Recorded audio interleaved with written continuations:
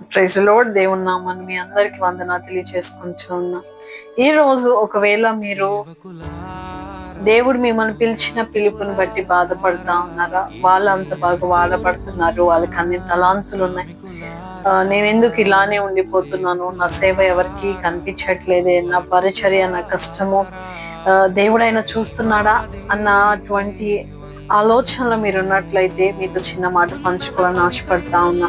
మనందరికీ తెలుసు కదా, దేవుడు ఒక్కొక్కరిని ఒక్కొక్క రీతిగా వాడుకుంటారు అని.